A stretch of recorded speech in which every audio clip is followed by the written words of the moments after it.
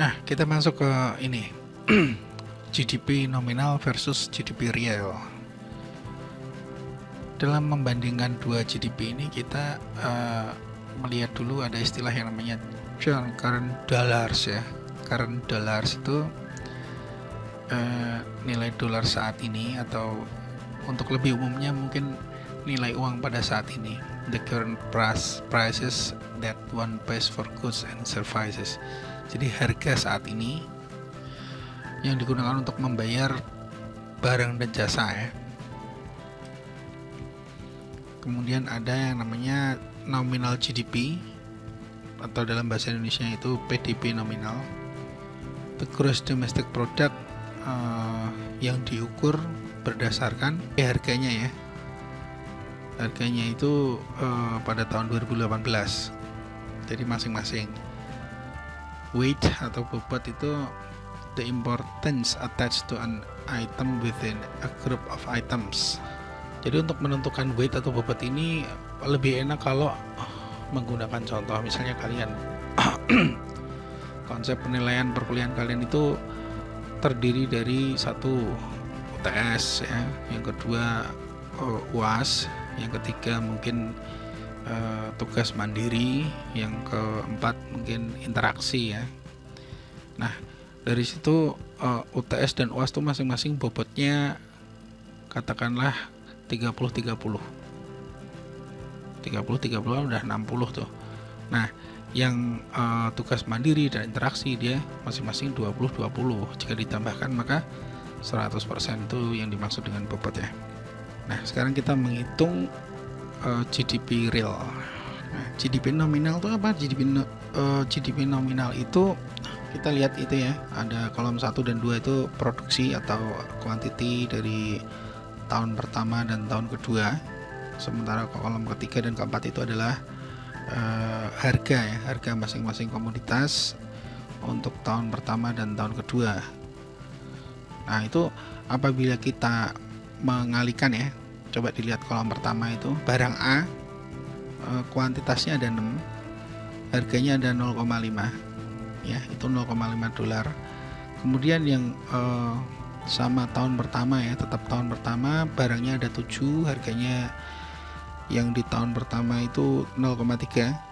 Terus kemudian ada 10, harganya di tahun pertama, yang C ya, produk C itu tahun pertama harganya 0,7. Jadi kolom 1 dan kolom 3 itu dikalikan, itu hasilnya pada kolom 5. Nah, itu yang disebut dengan GDP nominal tahun 1. Juga untuk yang tahun kedua itu dengan mengalihkan kuantitas produk-produk di tahun kedua dikalikan dengan harga-harga produk di tahun kedua, itu menghasilkan kolom 2 dikali kolom 4, hasilnya adalah kolom 8, 19,2. Itu GDP nominal untuk tahun kedua. Nah, ternyata penghitungan GDP secara nominal ini bukanlah ukuran yang penghitungan GDP yang terlalu disukai. Kenapa? Karena ada ini kemungkinan peningkatan harga karena inflasi, bukan berupa peningkatan jumlah produknya ya. Kan GDP itu yang dihitung sebenarnya bukan harga atau penjualannya, tapi jumlah produksinya. Nah, ketika dia berubah itu kan, walaupun kita menghitung kuantitas suatu produk atau beberapa produk dalam bentuk rupiah atau dolar, yang kita hitung itu sebenarnya produknya, tapi satuannya uang. Nah, ketika dia berubah itu sebenarnya yang berubah itu jumlah barang yang diproduksi atau jumlah harganya karena inflasi. Itu GDP nominal tidak bisa mendeteksinya. Dari situ bisa menyebabkan kesalahan. Nah, maka dari itu lebih akurat bila kita menggunakan GDP real ya. GDP real itu tandanya dia menggunakan prosedur pembobotan tetap menggunakan tahun dasar. Jadi misalnya ingin menghitung GDP real untuk tahun pertama ya, tahun pertama itu kita menggunakan tahun dasarnya tahun berapa? Misalnya kita menggunakan tahun dasarnya tahun 1 sebagai harga, berarti GDP real tahun 1 dengan tahun dasar 1 dengan mengalihkan kolom 1 dikalikan kolom 3, hasilnya kolom 5. Begitu juga ketika kita sudah menggunakan tahun dasar 1 pada tahun pertama, berarti tahun keduanya juga menggunakan tahun 1 sebagai dasar. Berarti produksi pada tahun kedua dikalikan dengan harga tahun 1. Itu kolom 6 ya. Nah, itu berarti jika kita menggunakan GDP real tahun 1 sebagai tahun dasar, maka GDP realnya adalah untuk tahun 1 itu kolom 5, untuk tahun 2 itu kolom ke-6. Itu apabila kita menggunakan tahun pertama sebagai tahun dasar. Terus kalau kita ingin menghitung yang GDP real dengan tahun 2 sebagai tahun dasar gimana? Oke. Dengan tahun kedua sebagai tahun dasar atau tahun acuan ya, ini maksudnya harganya yang dijadikan acuan. Berarti kita untuk menghitung GDP real tahun pertama itu dengan mengalihkan antara quantity atau produk ini ya, produktivitas atau quantity pada tahun pertama dikalikan harga pada tahun kedua. Nah, itu hasilnya pada kolom ke-7. Sementara yang tahun kedua tetap menggunakan tahun kedua agar konsisten karena dia kan pembobotannya kan tetap. Itu berarti mengalihkan quantity di tahun kedua dengan harga tahun kedua, itu hasilnya di kolom 8. Nah, ini istilah lagi nih, ada base year tahun dasar tadi ya yang udah dijelaskan. Fixed weight prosedur itu pembobotan ya, nanti bisa dipelajarin sendiri. Kemudian kita menghitung yang namanya calculating GDP deflator, itu menghitung keseluruhan tingkat harga.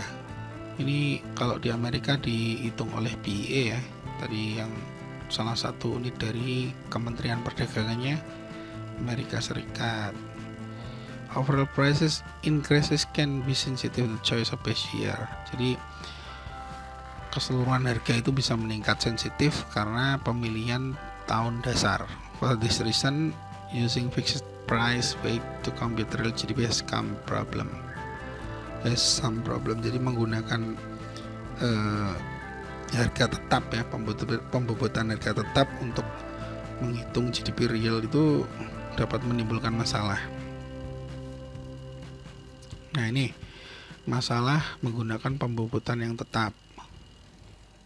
Penggunaan harga tetap atau pembobotan yang tetap itu tidak dapat atau sulit memprediksi real GDP karena itu ini ya, mengabaikan satu perubahan struktur pada ekonomi, terus kemudian pergeseran dari ini ya, pergantian penawaran yang menyebabkan berkurangnya secara besar-besaran harga dan peningkatan yang tajam pada kuantitas penawaran. Kuantitas itu jumlah ya.